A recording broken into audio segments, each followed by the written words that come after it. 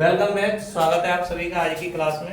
हम डिस्कस कर रहे हैं आज future indefinite tense. Present indefinite tense और पास्ट इंडेफिनिट टेंस हम बेसिकली डिस्कस कर चुके हैं। फ्यूचर इंडेफिनिट टेंस हम बिल्कुल बिगिनिंग से पढ़ेंगे, जहां पर सभी बच्चे बताएंगे स्पष्ट नजर आ रहा है या नहीं। तो हमारे टेंस का नाम है कहाँ गया इरेजर? टेंस का नाम है फ्यूचर इंडेफिनिट टेंस। बच्चों नजर आ रहा है क्या? ये देखना जरा, फ्यूचर इंडेफिनिट टेंस। देखो इस टेंस को हम दोनों तरीके से समझने वाले हैं, हिंदी टू इंग्लिश और सिंपल। कैसे?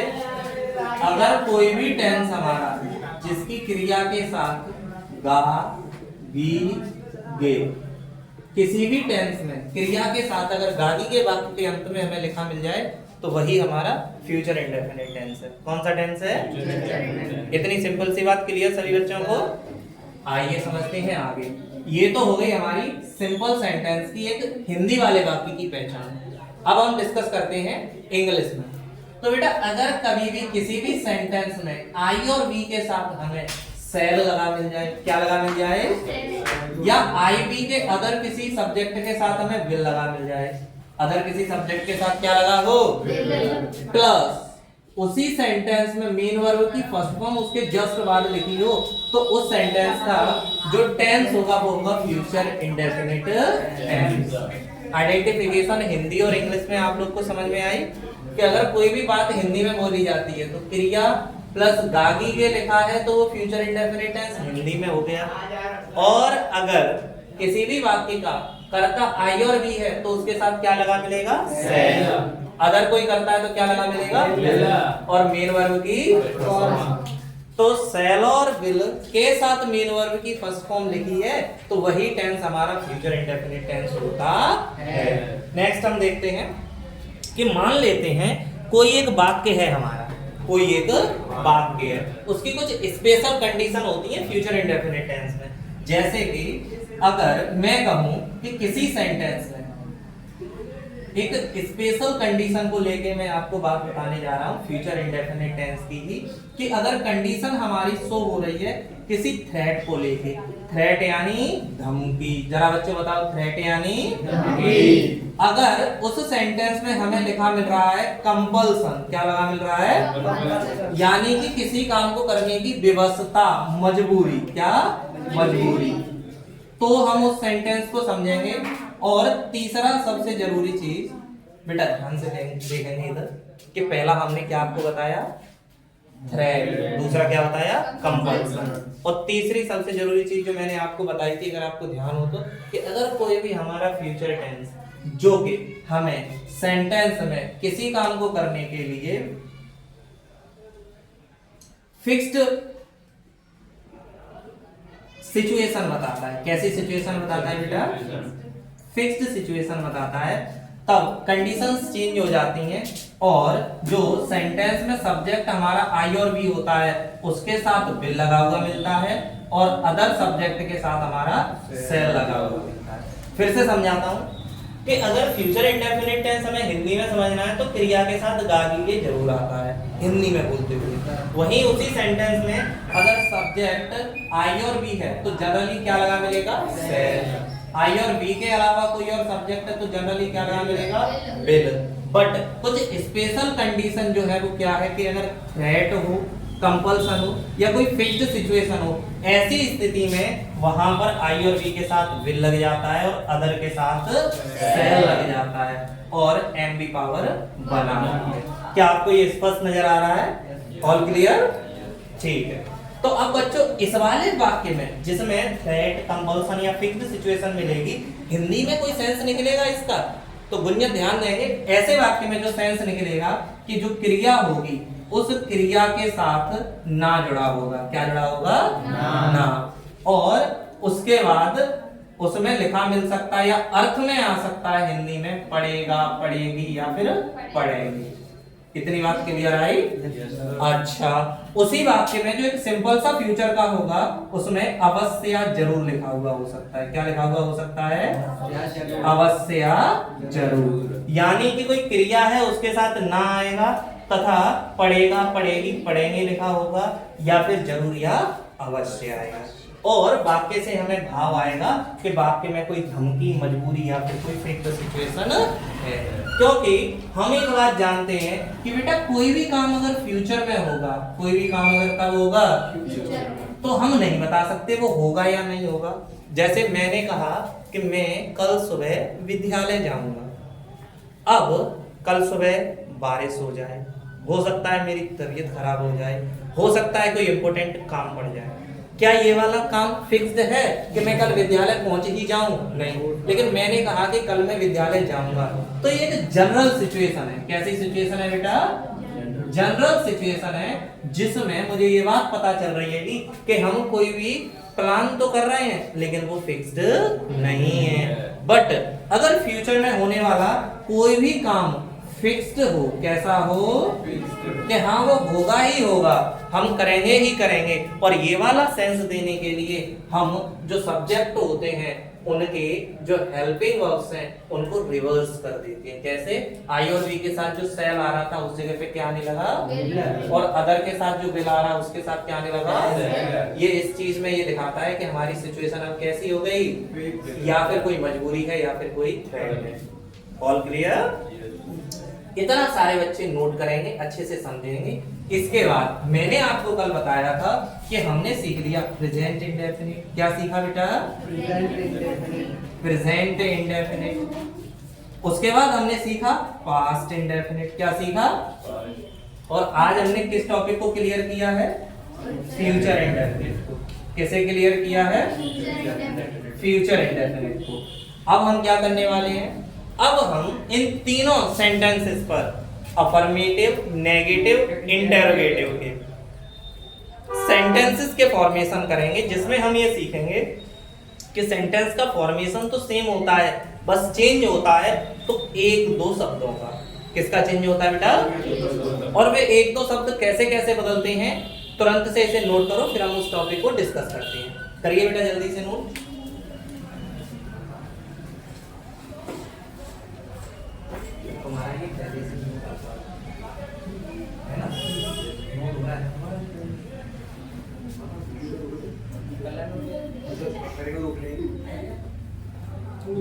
चलिए आगे बढ़ते हैं। अब हम सेंटेंसेस के फॉर्मेशन पे फोकस करेंगे, ठीक है ना?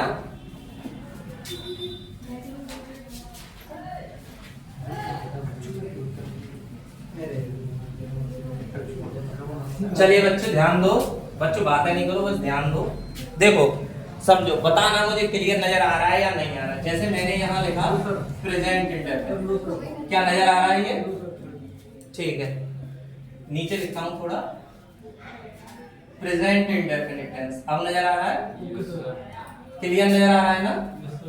प्रेजेंट इंडेफिनिट टेंस, ठीक है। इसके जस्ट बाद में मैं लिखता हूं पास्ट इंडेफिनिट। Past indefinite. अब मैंने कहा प्रेजेंट इंडेफिनिट और जो पास्ट इंडेफिनिट है उन दोनों टेंसेस में क्या डिफरेंस होता है और कैसे इनके फॉर्मेट बनते हैं। हम पहले इन पर डिस्कशन कर चुके हैं, हम इनकी आइडेंटिफिकेशन भी डिस्कस कर चुके हैं और इसके साथ ही हम इनके फॉर्मेशन के लिए हेल्पिंग वर्ब या सब्जेक्ट के बारे में भी बात कर चुके हैं। अब हम आगे समझते हैं। तो देखो बच्चों ध्यान से समझना कि हमें ये बात पता है कि प्रेजेंट इंडेफिनिट टेंस जो होता है उसके अफर्मेटिव में, उसके अफर्मेटिव सेंटेंस के लिए हमने फॉर्मेट बनाना सीखा था कि अगर सिंगुलर सब्जेक्ट होगा, क्या होगा बेटा? सिंगुलर सब्जेक्ट होगा तो मेन वर्ब की फर्स्ट फॉर्म के साथ एस या ईएस आएगा, और अगर प्लूरल सब्जेक्ट होगा तो मेन वर्ब की फर्स्ट फॉर्म आएगी। क्या आप रिपीट कर देंगे ये वाली बात? बताओ, प्रेजेंट इंडेफिनिट टेंस में अफर्मेटिव सेंटेंस के लिए सिंगुलर सब्जेक्ट के साथ मेन वर्ब प्लस एस या ईएस, और प्लूरल सब्जेक्ट के लिए एम बी पावर 1। वहीं अगर हम पास्ट इंडेफिनिट की बात करते हैं तो इसका अफर्मेटिव बहुत सिंपल होता है, इसका अफर्मेटिव सेंटेंस बहुत सिंपल होता है। इसमें सब्जेक्ट के साथ हमेशा मेन वर्ब की कौन सी फॉर्म आती है? सेकंड फॉर्म आती है। हमेशा मेन वर्ब की कौन सी फॉर्म आती है? सेकंड फॉर्म आती है। और अगर हम इन दोनों सेंटेंसेस की नेगेटिव पे फोकस करें, किस पे फोकस करें? नेगेटिव पे। तो इसके नेगेटिव भी दो बनते हैं बेटा। कैसे? देखो, एक वर्ड होता है नॉट, एक वर्ड क्या होता है? नॉट। एक वर्ड होता है नेवर। एक कौन सा वर्ड होता है? एक वर्ड नॉट होता है, एक वर्ड नेवर होता है। और ये दोनों ही हमें क्या दर्शाते हैं? ये दोनों ही हमें बताते हैं कि सेंटेंस हमारा नेगेटिव है। क्या है? लेकिन ये जो नॉट होता है, इसको जरूरत होती है बच्चों हेल्पिंग वर्ब की। किसकी जरूरत होती है? हेल्पिंग वर्ब की। तो इंडेफिनिट टेंस जो होता है उसमें एक हेल्पिंग वर्ब है डू। क्या है? डू। और ये जो डू हेल्पिंग वर्ब है ये टू पार्ट्स में डिवाइडेड है। एक तो डू या डज में और दूसरी डिड में। एक डू या डज में और दूसरी डिड में। तो डू या डज किस में आती है? प्रेजेंट इंडेफिनिट में आती है। कैसे? सब्जेक्ट के साथ डू या डज, फिर नॉट, और नॉट के बाद एम दी पावर 1। ठीक है। और अगर मैं नेवर की बात करूं तो इसे तो हेल्पिंग वर्ब चाहिए ही नहीं, तो ये क्या होता है फिर? Subject plus never. अब देखो बच्चों, अगर डू या डज या डिड आता है, डू या डज या डिड आता है, तो ये दोनों हमेशा मेन वर्ब की फर्स्ट फॉर्म लेते हैं। क्या लेते हैं? First form. तो हमने डू या डज के साथ फर्स्ट फॉर्म यूज करी है कि नहीं? बोलो बच्चों, करी है कि नहीं? ठीक है। और यहाँ पर जो सब्जेक्ट है उसके साथ नेवर आ रहा है और ये डू या डज ले नहीं रहा है। तो बेटा अगर सिंगुलर सब्जेक्ट होगा और प्लूरल सब्जेक्ट होगा, उसके अकॉर्डिंग हम सेंटेंस में एस या एस या मेन वर्ब की फर्स्ट फॉर्म यूज करते हैं। और अब हम बात करते हैं पास्ट इंडेफिनिट के लिए। तो इसके नेगेटिव को हम समझते हैं कि इसमें बेटा दो फॉर्मेट बनेंगे, एक सब्जेक्ट। अब इसमें बेटा सिंगुलर प्लूरल का कोई स्ट्रेस नहीं होता है। तो जब सिंगुलर प्लूरल का कोई स्ट्रेस नहीं होता,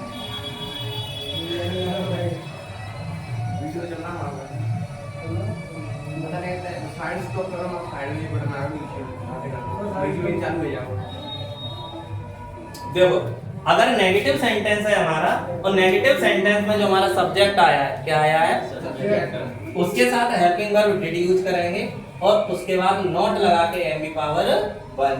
बताओ क्या नजर आ रहा है स्पष्ट? ठीक है, आगे देखते हैं। अब अगर मैं बात करूं कि नेवर आ गया तो बेटा सब्जेक्ट के बाद नेवर लिख देंगे और नेवर हेल्पिंग वर्ब लेता नहीं है तो मेन वर्ब की सेकंड फॉर्म। इस तरीके से हमारा नेगेटिव सेंटेंस क्लियर हुआ।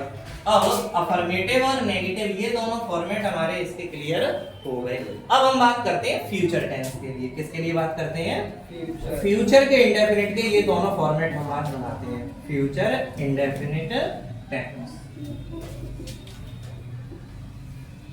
तो एक बात बताओ, क्या फ्यूचर इंडेफिनिट टेंस में ऑलरेडी हेल्पिंग वर्ब होती है? यस होती है। कौन कौन सी होती है बेटा? विल या शैल होती है। चलिए इसके अफर्मेटिव को लिख लेते हैं। तो हमने अफर्मेटिव सेंटेंस डाला और नोट किया कि सबसे पहले तो आया इसमें सब्जेक्ट और सब्जेक्ट के बाद फिर इसमें आएगा विल या शैल और विल या शैल के बाद एम की पावर 1 फिर आ गया। अगर ऑब्जेक्ट लिख रहे हैं तो हम लिख सकते हैं फिर फुल स्टॉप। हालांकि उन सेंटेंसेस में हमने ऑब्जेक्ट नहीं लिखा है क्योंकि हम जानते हैं कि थर्ड वर्ड ऑब्जेक्ट ही हमें लिखना होता है और ऑब्जेक्ट नहीं है तो कोई अदर वर्ड होगा उसे इग्नोर कर देंगे। अब इसके नेगेटिव की बात करते हैं। तो जो हमारा नेगेटिव सेंटेंस है हमने अभी तो सीखा कि डू या डज जो हमारी या डिड एक हेल्पिंग वर्ब थी, उसके बाद हम नॉट वर्ड का यूज कर रहे थे, तो हम इसमें भी देख लेंगे। और इसमें ऑलरेडी हेल्पिंग वर्ब आती है तो हमें नेवर के लिए स्ट्रेस लेने की जरूरत नहीं है, हम उसी में ऐड कर देंगे। तो सब्जेक्ट प्लस विल या शैल और विल या शैल के बाद बेटा या तो नॉट आ जाएगा या नेवर आ जाएगा और इसमें मेन वर्ब की हमेशा कौन सी फॉर्म आती है? First form. उसके बाद अगर ऑब्जेक्ट हम लिख रहे हैं तो हम यहाँ ऑब्जेक्ट दर्शा सकते हैं, उस ऑब्जेक्ट को हम इन सेंटेंसेस में भी यहाँ पर दर्शा सकते हैं या फिर इधर हम ऑब्जेक्ट लिख के बता सकते हैं और वही ऑब्जेक्ट हमारा यहाँ लिख जाएगा बट मैंने लिखा नहीं था। अब हम इतना सारा जो हमने फॉर्मेट्स को समझने की कोशिश की है इनको एक बार रिवाइज करते हैं। बच्चों रिवाइज करें, अच्छे से रिपीट करना, ठीक है बेटा? चलिए फोकस करते हैं। बताओ कौन सा टेंस सबसे पहले हम डिस्कस कर रहे हैं? प्रेजेंट इंडेफिनिट टेंस में अफर्मेटिव सेंटेंस। कौन सा सेंटेंस?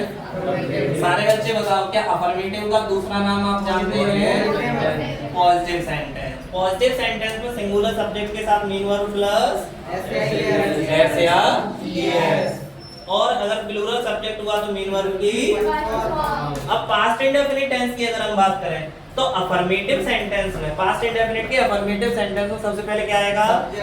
फिर एमबी पावर 2, फिर ऑब्जेक्ट जो हमने लिख दिया है इस बार। अब अगर नेगेटिव की बात करते हैं तो नेगेटिव सेंटेंस शो करने के लिए दो वर्ड होते हैं, एक नॉट और एक नेवर। ये दोनों सेंटेंस में यूज हो जाते हैं। तो नॉट जो होता है वो अपने साथ एक वर्ड कैरी करता है जिसे हेल्पिंग वर्ब कहते हैं। नॉट हमेशा किसके साथ यूज होता है? हेल्पिंग वर्ब जरूर लेता है। तो हमने कहा कि प्रेजेंट इंडेफिनिट में एक हेल्पिंग वर्ब यूज होती है, वो डू का रूप होती है। तो डू से क्या बनी? डू या डज। तो जो डू या डज है हमारा वो प्रेजेंट इंडेफिनिट में यूज होगा, और जो डिड है वो किस में यूज होगा? पास्ट इंडेफिनिट में। तो प्रेजेंट इंडेफिनिट या पास्ट इंडेफिनिट में जब डू या डज लगाएंगे तो मेन वर्ब की कौन सी फॉर्म यूज करेंगे? First form. कौन सी फॉर्म? उसी चीज को कैरी करते हुए हमने सीखा कि नेगेटिव सेंटेंस दो तरीके का होगा, एक जिसमें नॉट आएगी और एक जिसमें नेवर आएगी। अब सब्जेक्ट डू या डज, नॉट एमवी पावर 1। आइए समझते हैं। जो हमारा डू है वो प्लूरल सब्जेक्ट के साथ आएगा। किसके साथ आएगा? और डज हमेशा सिंगुलर सब्जेक्ट के साथ। डज कौन से सब्जेक्ट के साथ? सिंगुलर सब्जेक्ट के साथ। उसके बाद अगर हम नेवर की बात करें तो जब नेवर आता है तो डू या डज तो आता नहीं, और डू या डज एमवी पावर 1 लेता था। लेकिन नेवर क्या करेगा? सब्जेक्ट के अकॉर्डिंग अगर प्लूरल होगा तो फर्स्ट फॉर्म और सिंगुलर होगा तो एमवी प्लस एस या एस। अब आते हैं पास्ट इंडेफिनिट में। नेगेटिव सेंटेंस है तो हम नॉट के लिए डिड लगा देंगे, लेकिन अगर नॉट ना आए तो जब हम नेवर यूज करेंगे तो हम एमवी पावर 2 लगा देंगे। और एक चीज हम नोटिस कर रहे हैं कि प्रेजेंट इंडेफिनिट में तो सिंगुलर प्लूरल देखना पड़ रहा है, पास्ट इंडेफिनिट में सिंगुलर प्लूरल देखने की जरूरत नहीं है। दूसरी चीज हम ये देख पा रहे हैं कि जो फ्यूचर इंडेफिनिट टेंस है उसमें भी सिंगुलर प्लूरल नहीं है। उसमें किस चीज को हम फोकस कर रहे हैं? विल सेल को। और एक चीज हम जानते हैं कि अगर आई या बी हो तो हम क्या यूज करेंगे? सेल। और अदर कोई सब्जेक्ट हो तो क्या यूज करेंगे? विल। और उसके बाद हमें बताया कि अगर ये जनरल कंडीशन है तो ऐसे हो जाएगा, और अगर इस वाले सेंटेंस में हम थ्रेट, फिक्स्ड सिचुएशन या कोई कंपल्सन शो करेंगे तो इनको रिवर्स कर देंगे। वही नेगेटिव सेंटेंस में हम विल सेल के बाद जनरली नॉट लगा के या नेवर लगा के एमवी पावर 1 यूज करेंगे। इस तरीके से हमारे दो तरह के फॉर्मेट क्लियर हुए, एक अफर्मेटिव और एक नेगेटिव। आप सारे बच्चे इसे फटाफट से अच्छे से समझेंगे, देखेंगे, एक नजर मारेंगे, और अगर नोट नहीं है तो अच्छे से नोट करेंगे। ठीक है, चलिए 1 मिनट का टाइम है सभी के पास।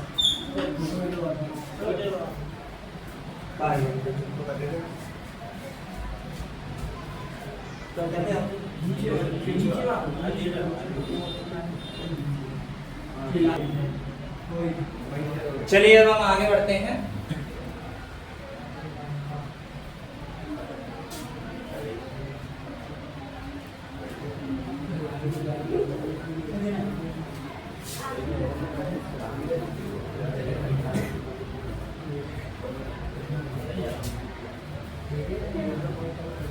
देखो बेटा, शांति से नजर बोर्ड पर अच्छे से समझेंगे कि हमने यहाँ पर प्रेजेंट इंडेफिनिट और पास्ट इंडेफिनिट की नेगेटिव सेंटेंस तक पढ़ लिया है। Now discuss about interrogative. जरा ध्यान से देखो, इंटरोगेटिव पूरा नजर आ रहा है साफ साफ या नहीं? ठीक है। इंटरोगेटिव सेंटेंस को हिंदी में कहते हैं प्रश्नवाचक वाक्य, यानी कि क्वेश्चन पूछने वाले सेंटेंस। कैसे सेंटेंस? क्वेश्चन पूछने वाले सेंटेंस। और जब हम क्वेश्चन पूछने वाले सेंटेंस की बात करते हैं तो ये वे सेंटेंसेस होते हैं जो दो भागों में डिवाइडेड है। कितने भागों में डिवाइडेड है? 2 भागों में। कौन कौन से? फर्स्ट को हम कहते हैं यस नो टाइप। क्या बोलते हैं बच्चों? जब यस नो टाइप की हम आइडेंटिफिकेशन करते हैं तो दो भाषाओं में हम कर सकते हैं। एक सेकंड।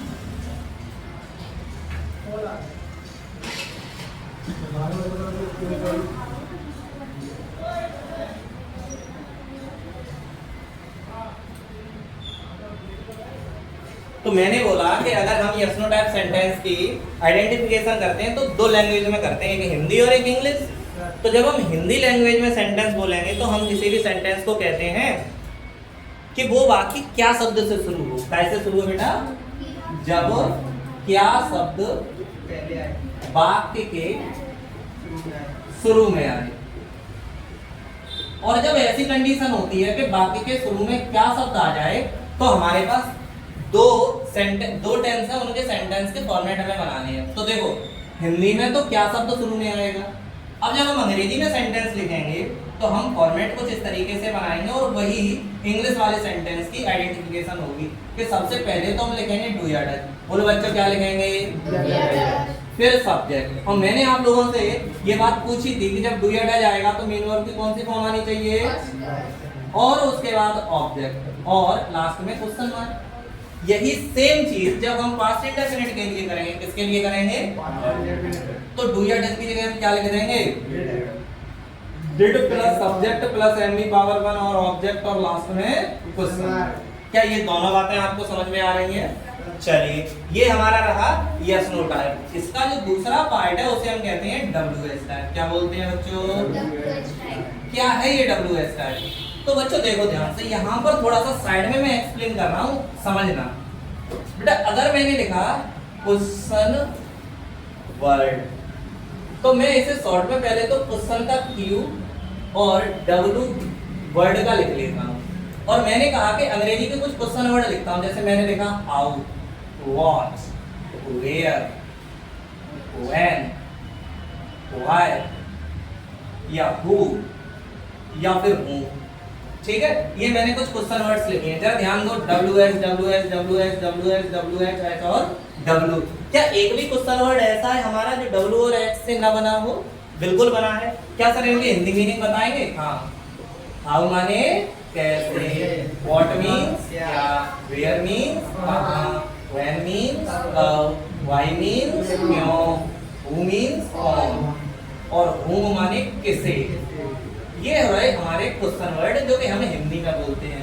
तो ये सारे ही क्वेश्चन वर्ड इंग्लिश में जब मैंने लिखे हैं तो क्या W और H से बने हैं सारे क्वेश्चन वर्ड? बोलो किससे बने हैं?